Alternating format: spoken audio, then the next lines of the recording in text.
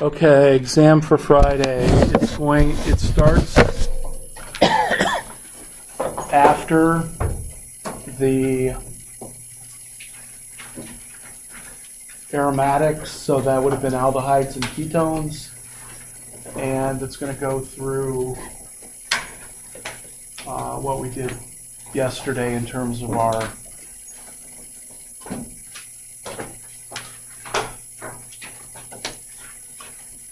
carboxylic acids and derivatives. So that sounds like a lot. Well, it is a lot. I mean, it sounds like a lot. It is a lot. I won't deny that. But there is a lot of common themes. There's a lot of common themes. So it'll be mechanisms.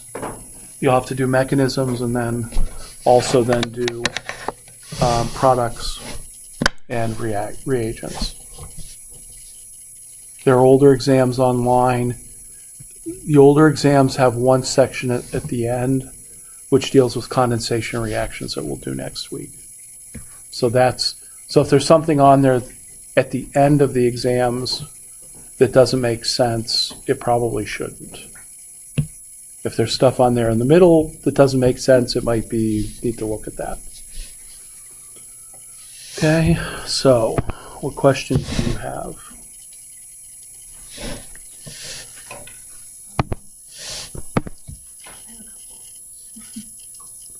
Number one. The first has to do with the Starburst on one of the exams. You want to just here. So in one of these, so here you have the NH2 not leaving. Oh, yes. And then the other two they do. They do. Okay. Starburst. That's one where they go off. That sounds so cheery and happy. I think I'll use that in the future. A starburst problem. Instead of just one, there's 10 problems off the same molecule. It sounds cheerier. Okay. So here's I'm not going to put the reduction of the amide on there, but since you brought it up, what I should bring up is this: how many people went home and looked up all the reactions that we should have done? I said, oh yeah, we've done these in the past. Because what I was going to do was put those exact ones on the exam. But then somebody this morning said, well, should we have done that? Yes. So if you look, actually, here's the answers. Now I could go back through and erase them. Maybe. Oh, look, I can. I'm going to, but we're gonna write them out. Well, we're gonna write them out. Don't worry. Right? I mean, I'm not that evil.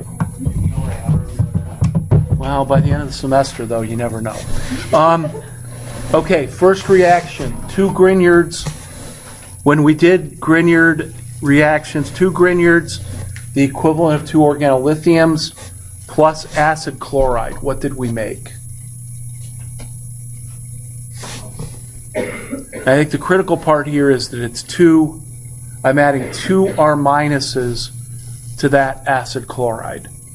So what am I going to make? You're going to end up having 2 R prime groups attached to a CO minus.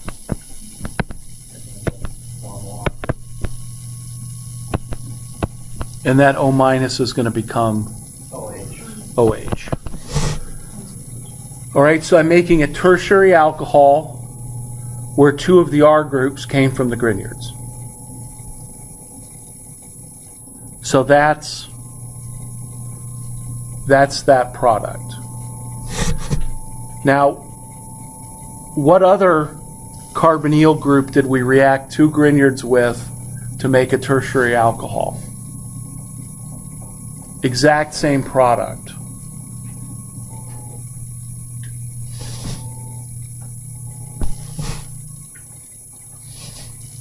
It was the ester. So when we reacted 2 Grignards with the ester, we also made a tertiary alcohol with 2 of the R groups the same. And if somebody didn't get the copy of the notes from yesterday, they're there. You can get them now or after class. So when you react an acid chloride or an ester with 2 equivalents of Grignard, you make a tertiary alcohol. 2 of the R groups are the same. So that was the first of these reactions. The next one, when we react an acid chloride with a cuprate, how many R groups are we going to add? We're going to add just 1. Why? Because cuprates.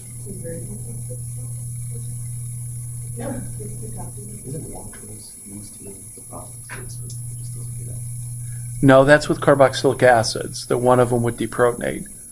Are cuprates more or less reactive than Grignards and organolithiums? Less reactive. So when you have the less reactive cuprate, you're going to add only 1 R group. Okay. And I tried to set that up a couple weeks ago saying, okay, organolithium, harsher reagent, stronger reagent than organocuprate, much milder. So in that case, you're only going to add 1 R group to my acid chloride. So what am I going to make? Ketone.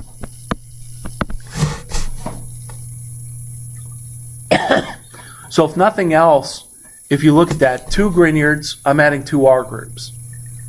Lithium cuprate, because it's milder, only adds 1. So I end up with a ketone. And actually, I don't know if that's if that's there with the ester or not. But I think if you did that with the ester, you might only end up making a ketone as well, although that's not in the reactions that we talked about. Okay, so that makes a ketone. Now, lithium aluminum hydride, how many H minuses can it add?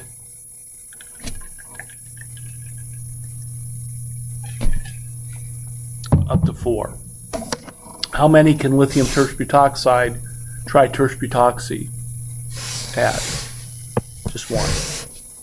There's just 1 in that. Okay, so when I react my acid chloride with lithium aluminum hydride, what's that going to finally end up as?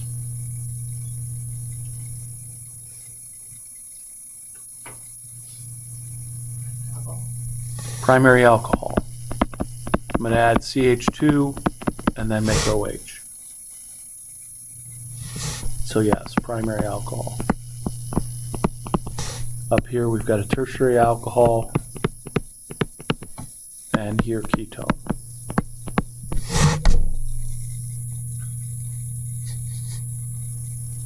And if your mind works that way, thinking about, oh, well, I'm going to make a ketone, then it's just the specifics that give you that ketone. Should make up an entire exam where there's no molecules, just functional groups. Right? Because that's what we're doing, is interconverting functional groups.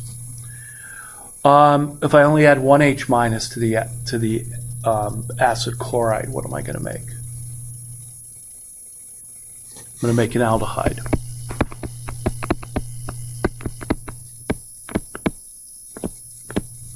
So let me just kind of give you something that you can work off of. Again, each student's system is different. The system you put together to learn these things is different. I don't mess with it. I had research students like, you're messing with my system. Don't do that.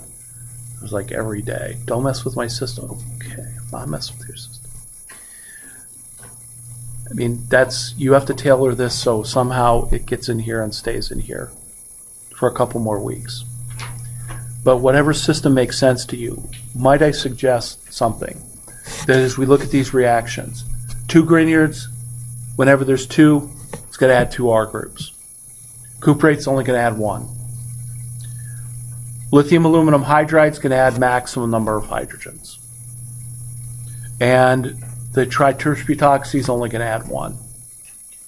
When I add something to this derivative, what am I doing? I am replacing that group with whatever I'm adding. So I'm replacing this with an H.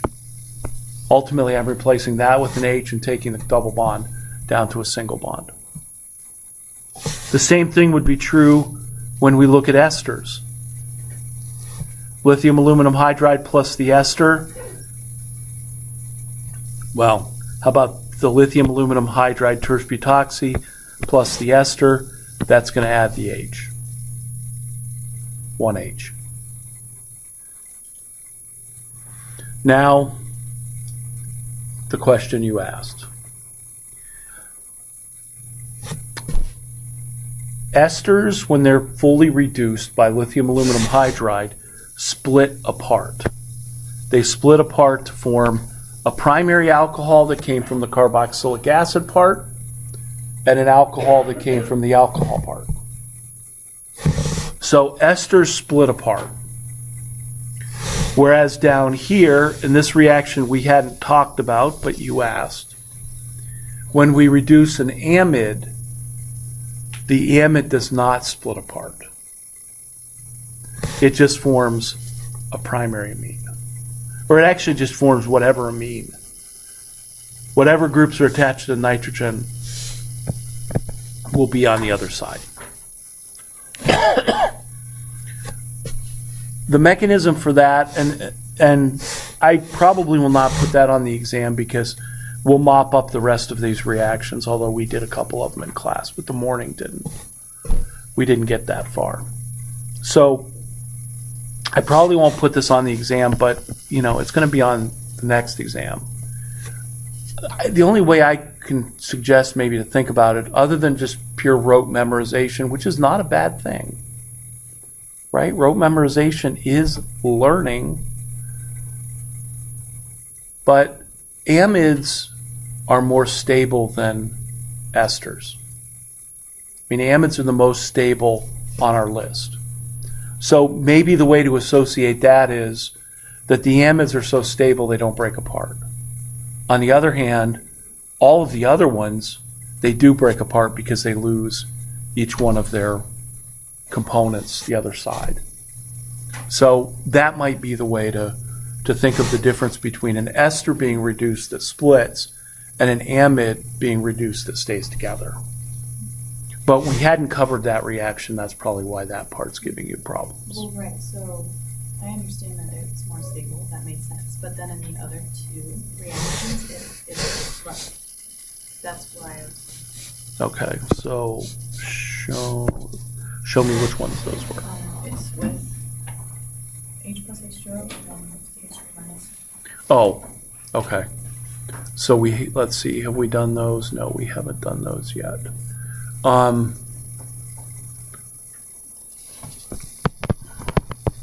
me deal with the easy one first.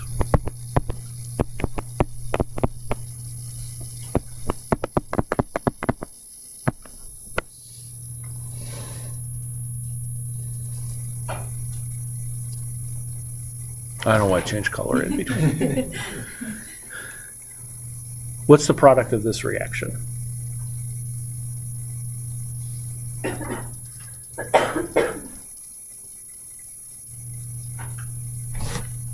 Get it protonates the basic nitrogen. Give me the final product. Final product, Yes. you're going to get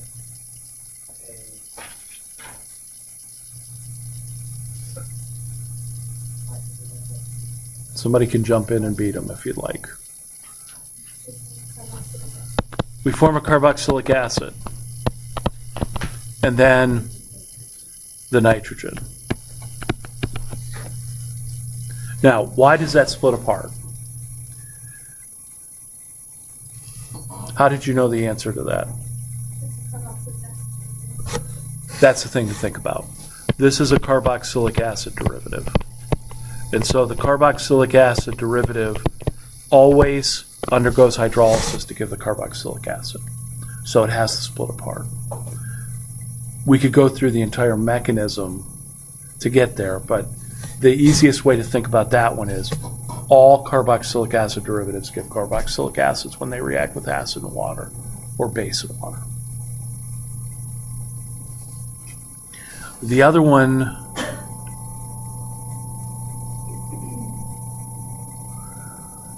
do I really want to go down that road? Well, you'll have to worry about it sometime. The question is, do you need to worry about it right this moment?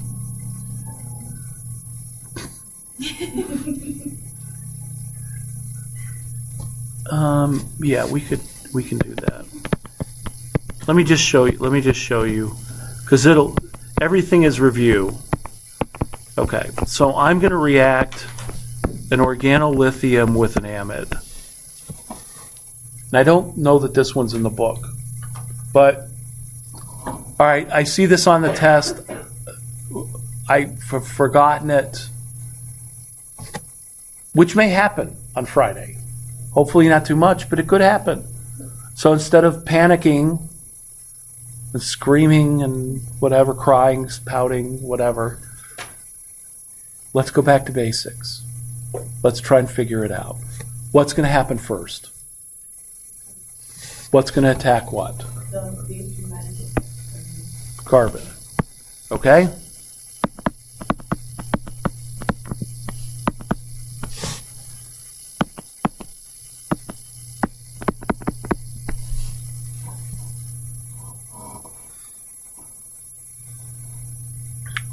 All right, now,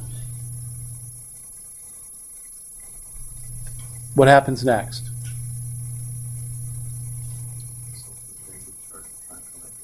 The negative charge will try and come back down, but can it? Those are not, the CH3 ain't going anywhere. And the nitrogen, that's a tough leaving group. So it's done. So what's it going to do? Well, it's going to hang out until we protonate it with H+ and H2O.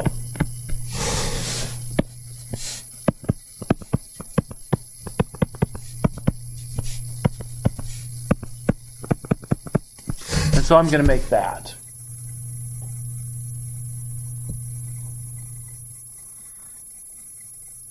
Now, the question is that a stable molecule? Doesn't look very stable.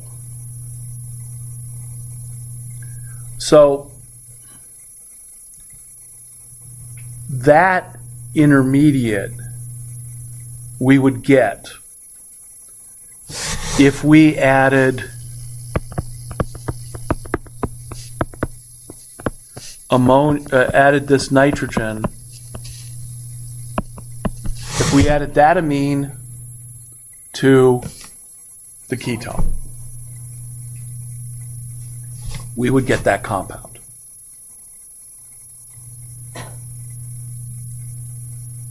Okay.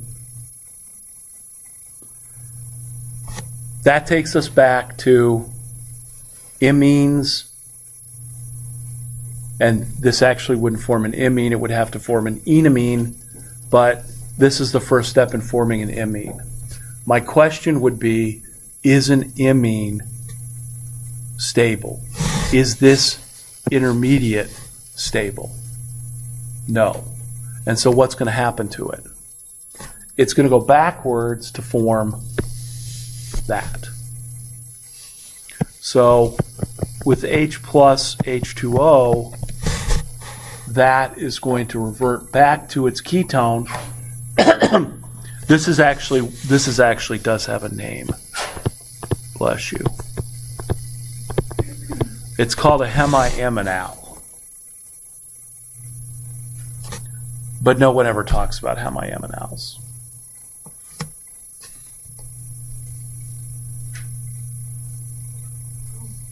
Wait, how does the H plus, like, what's the actual mechanism once you add the, like the H plus H2O to a hemiaminal? Like, I don't. You don't understand how that's happening? Okay, let's make up a mechanism then.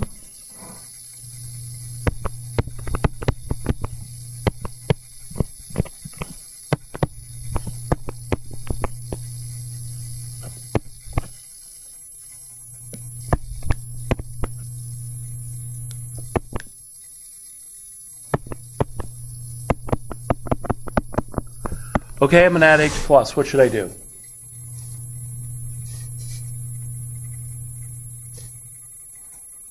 Protonate something. What do you want to protonate?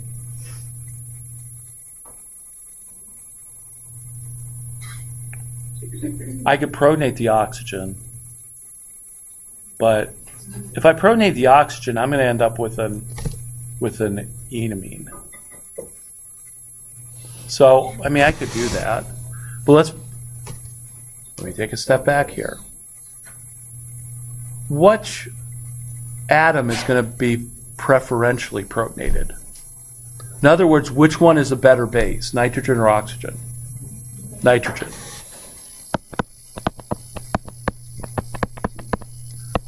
Right, so I don't even have to really make an argument other than nitrogen is going to get protonated. Now what's going to happen?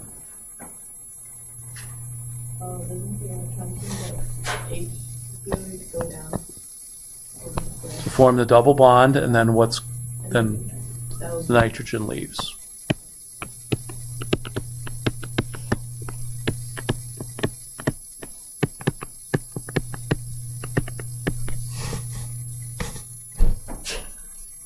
Bless you.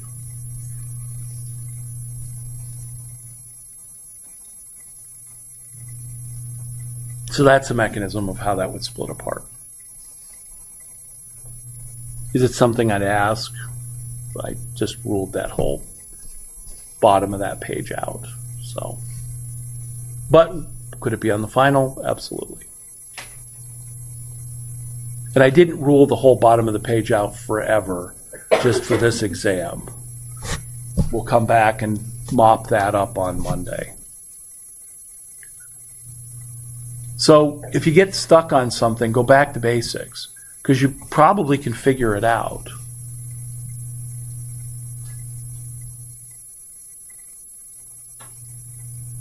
And as far as like the mechanisms go, there's tons of mechanisms I could ask you.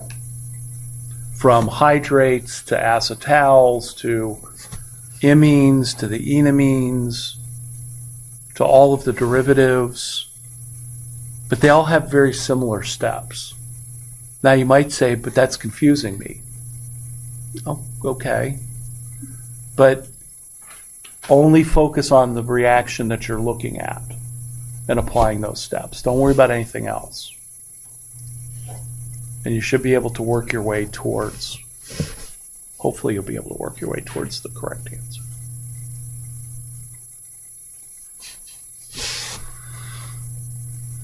Hoffman co-position and to like switching things around. The stereochemistry of Hoffman and Cope. Okay.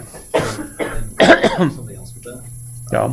When you write out the reagents, like 2CH3I or 3CH3I, those 2CH3I is for Cope, right? And then the 3 is for Hoffman. Yes. So let's talk about all of that. Okay. Hoffman and Cope. How am I going to give you a problem? Yeah, that's basically. Well, if you look at the older exams, it depends on how I did it in the past. But here's how I might do it this time. Can everybody, if I make that bigger, can everybody see that so that I don't have to go into my PowerPoint mode? Because when I go into my PowerPoint mode, it does strange things. So I would give you something in maybe this sawhorse. And I would say, okay, here's my NH2, here's my CH3, here's my H, here's my CH3, here's my H, and maybe I decide to put an ethyl group there. So starting from this molecule, we could do either Hoffman or Cope. How do you know which is which? Well, let's do Hoffman first. So with Hoffman, I'm going to add 3 equivalents of CH3I under basic conditions, and then I'm going to apply heat. So what are those 3 methyl iodides going to do? They're going to methylate the nitrogen until it's an ammonium. So that means that my molecule is now going to become, nothing's going to happen on the left-hand side. But up here, that nitrogen is now going to get 3 methyl groups attached to it. It's going to become an ammonium.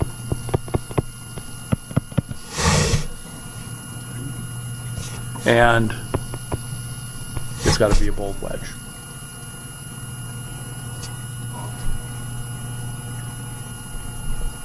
So this is Hoffman. So first thing is, when I add 3 alkyl groups to the nitrogen, that immediately means Hoffman elimination. Hoffman elimination, well, let's work our way through it. I don't want to get too far ahead of myself. What's the major product of this reaction?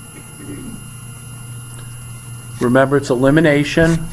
So here's my alpha carbon, here's my beta carbon, here's my other beta carbon. There's beta hydrogen A, and one of these guys is beta hydrogen B.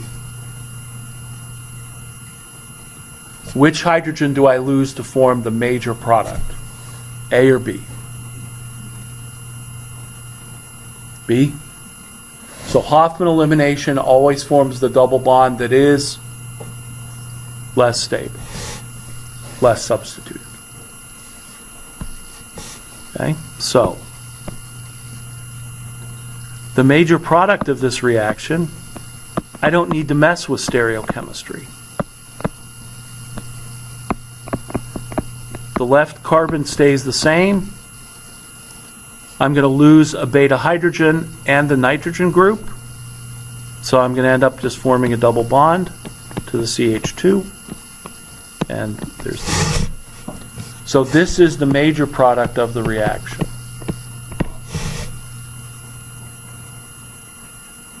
So for the major product, since it comes from a less sterically hindered, it comes from a beta carbon that has the most amount of hydrogens, there's no stereochemistry there. So the major product's going to form that product. And that product is not cis, it's not trans, it's not E, it's not Z.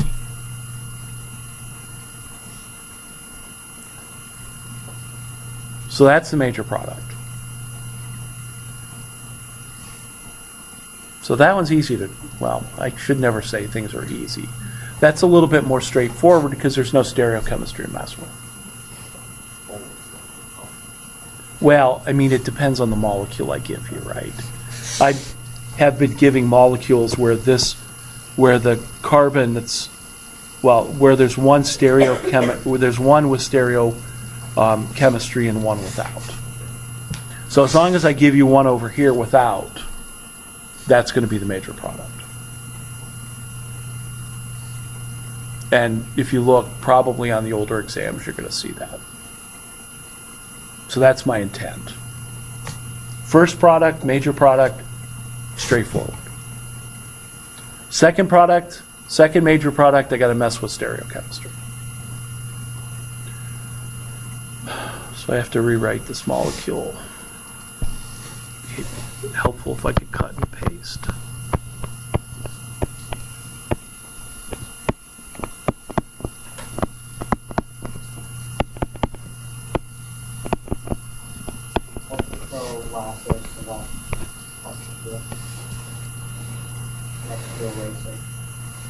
I have no idea. Probably it lassos it, selects it, and allows me to copy and paste. Not a random question. But that's what threw me. I was like, let's see, is the methyl group up here? The H is there. Okay. That's for future lectures. I will remember that if it works. Okay.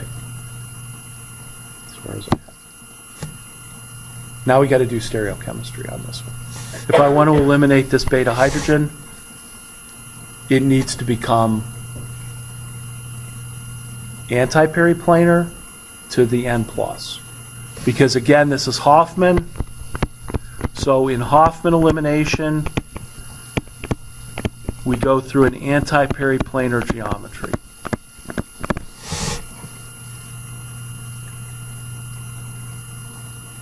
In Cope, it's planar. Okay, so I have to get that hydrogen, that ammonium group, anti-periplanar. So how do I do that?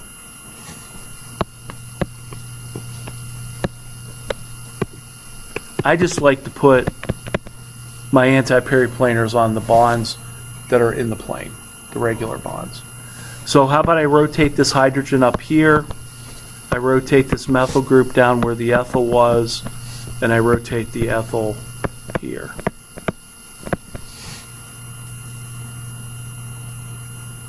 So now I put the hydrogen into one of the planar positions. Do the same thing for the nitrogen. Rotate it down here.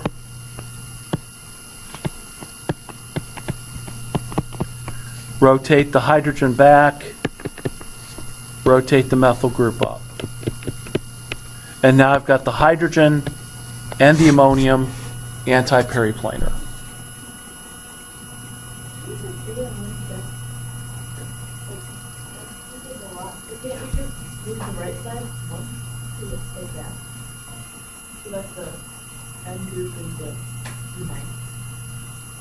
If the N group is behind where the hydrogen is now, that's periplanar, not anti-periplanar. I'd have to move the nitrogen so that it's like forward, but it's like directly forward. But if that system works for you and you get the correct answer, go ahead and use it. Let's see if in this case it would have given the correct answer. Now, I'm going to lose the H and plus. Two bold groups are cis, so that's methyl and methyl. Two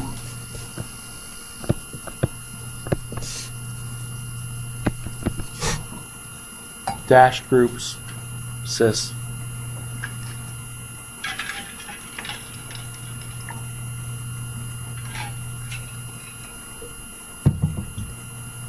When we did this before, I think I asked, well, are the two methyl groups cis or are they trans? But this is now the second major product.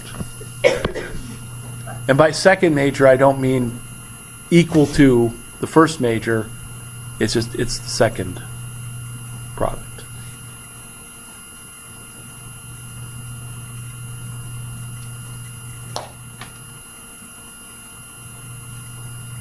Now, sometimes people don't like this. You could put this into the Newman projection if you would like, and then manipulate the Newman projection. That would involve more steps than this, but again, whatever way works for you to preferably get the correct answer. So that's Hoffman. 3 equivalents of alkyl group at the beginning, anti-periplanar geometry to give you the correct stereochemistry. But the major product is always the least substitute.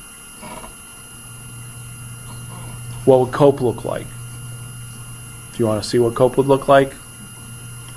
So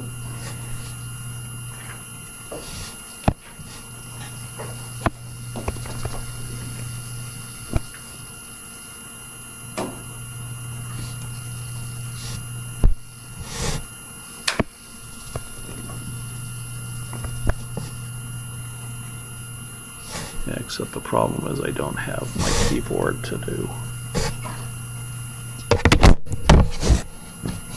Control C, copy. Control V, paste.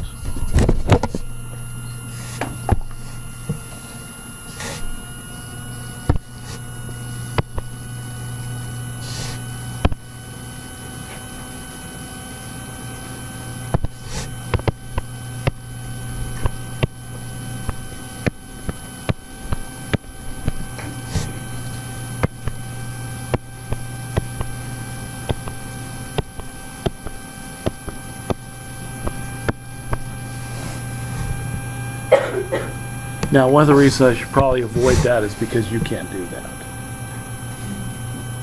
You have to draw it from scratch.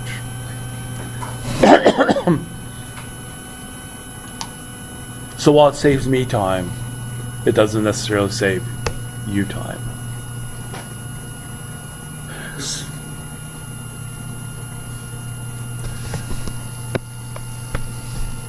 Okay, so same molecule as before. Now I'm going to react this with cope.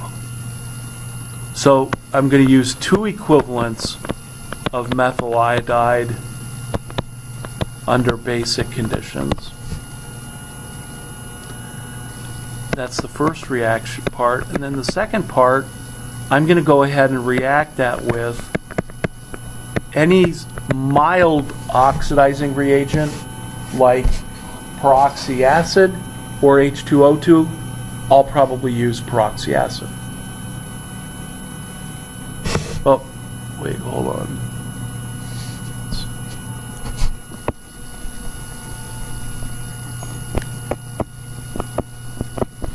I had to start with an NH2. All right, so what am I going to do? I'm going to go ahead and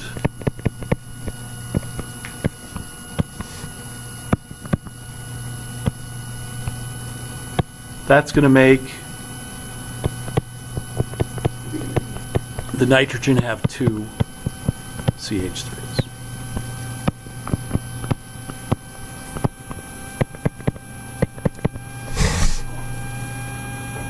That's what the 2 methyl groups do. Double alkylated. Then, what does the peroxy acid do? The peroxy acid adds the oxygen to make the amine oxide. So that's the compound that I make with the peroxy acid. Okay. Now, I need to have the nitrogen-oxygen group periplanar. Well, now I'm getting ahead of myself. What's the major product of the reaction? Alpha carbon, beta carbon, beta carbon. The major product of the reaction is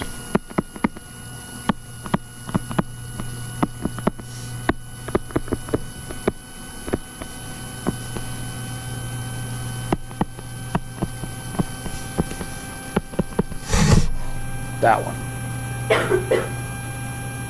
Why is that the major product? Least substituted double bond. So that's the major product.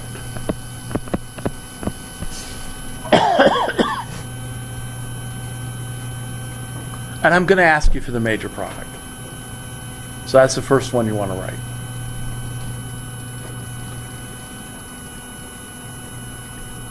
Second product. I've now got to take this. I've got to take this molecule, and I've got to orient it so that the nitrogen and the beta and the other beta hydrogen are now periplanar. So I need to reorient myself.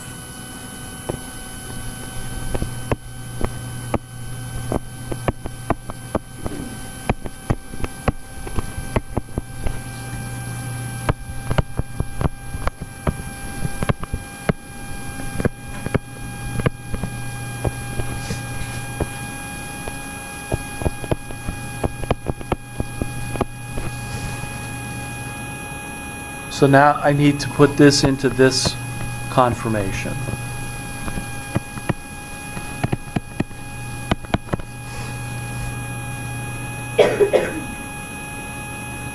Basically, I need to put it into an eclipsed conformation. Okay, so how can I do that on the left? Rotate the hydrogen there. Rotate the methyl group down here. Rotate the ethyl group back. Okay, so now I put the hydrogen on the planar position. For the nitrogen now, I just need to make like a 60-degree rotation back. So I'm just going to rotate that back until it becomes planar.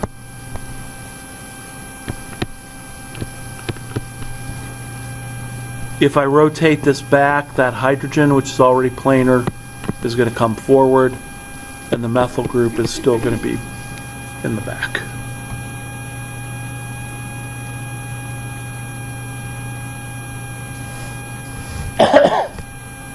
Now that it's planar, minus, it can do this within the 5-member ring transition state, and bold groups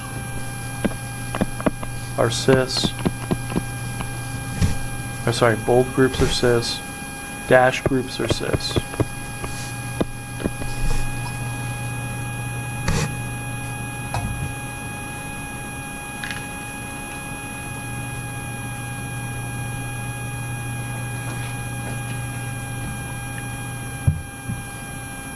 And if you start with exactly the same molecule, you'll get the you'll get the other stereoisomer in the second product. So if one is, the Hoffman will produce one, it produces the one where the methyls were cis, Coke will produce the one where the methyls are trans. The only problem with that is that I have to give you exactly the same molecule. And sometimes I do that and sometimes I don't. Sometimes it's intentional that I don't, sometimes it just happens that I don't. So before you go ahead and say, I'm just going to write the other product, make sure that they both were the same. Because if they're not, you have to redo that whole analysis. Okay. So what are our takeaways? How many and I'm going to add methyl groups. How many methyl groups do I need to add for Hoffman?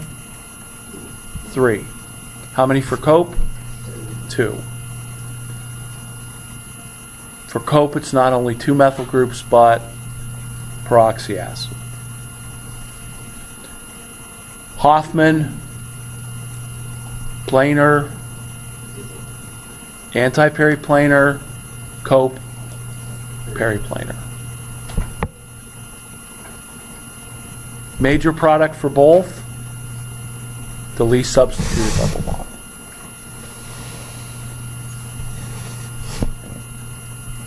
Least substitute double bond, no stereochemistry to mess with.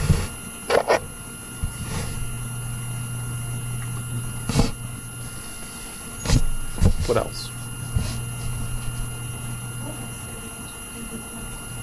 What ester reactions do we need to know? Like how to make an ester? Oh, reacting esters with. Well, first let's go back to the other handout and let's see what was there and what we can add to.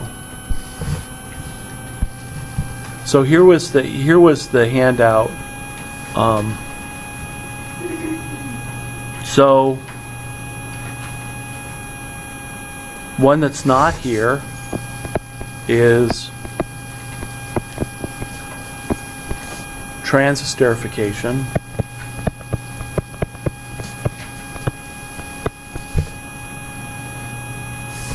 That I think we talked about yesterday.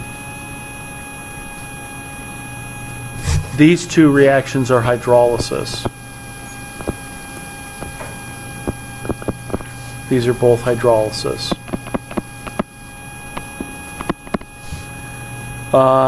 This one, I guess, is forming an amide, or forming an amide from an ester. What else can we throw in? We could throw the ones in that were on the previous page of this. So I would like to do, well,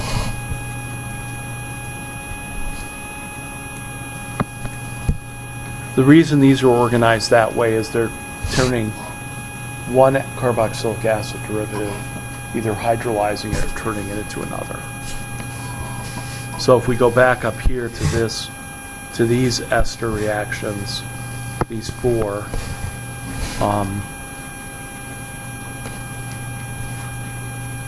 you'd have to know those four too.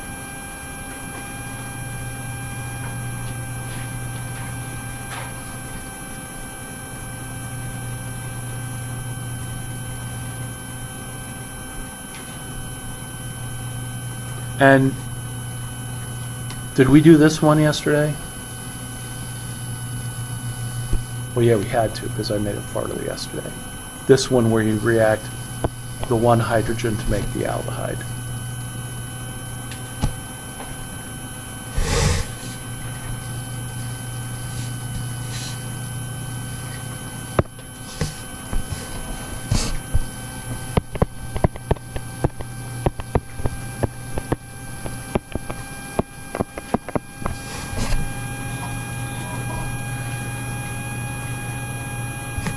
One hydrogen. I'm stuck. What should I do? Have the H minus attack the carbonyl carbon.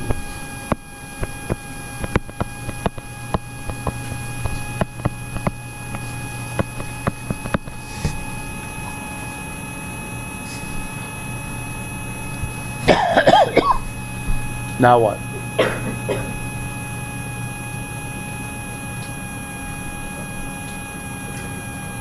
Negative charge tries to come down. Let's say it's successful. It comes down. What leaves? The OR group. What did I make? Aldehyde. I don't believe that step. Now you could get caught up in a lot of extra thinking on the exam. And you could go, but I don't think that's going to happen.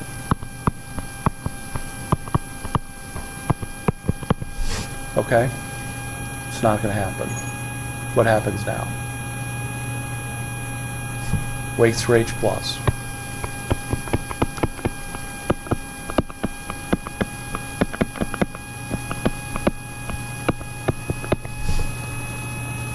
Makes that.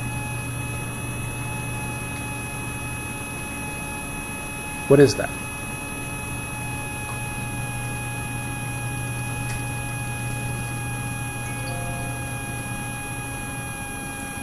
So, what is it? We look for the carbon with the two oxygens. It's an OH and an OR, which makes it Hem-I. We look at the other two groups, carbon, hydrogen. That means it came from an aldehyde. So this is a Hem-I acetal. Well, that doesn't help me.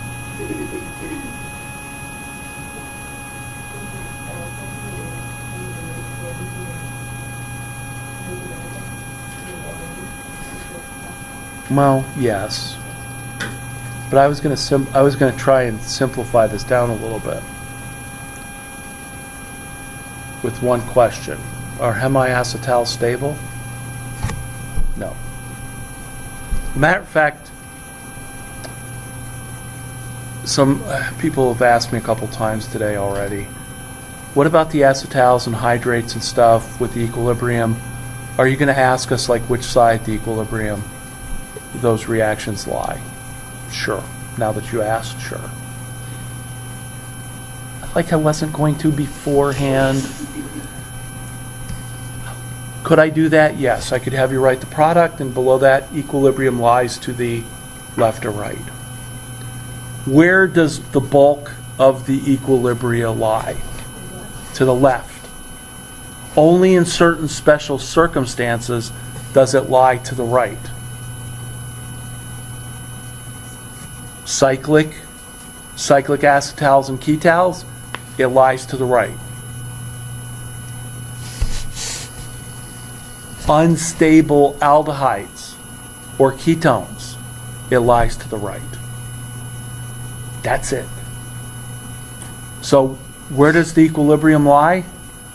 Mostly to the left, which is towards the aldehyde or ketone. So is this run-of-the-mill hemiacetal stable? No. So what's it going to do? Reverse itself back to form the aldehyde plus the alcohol.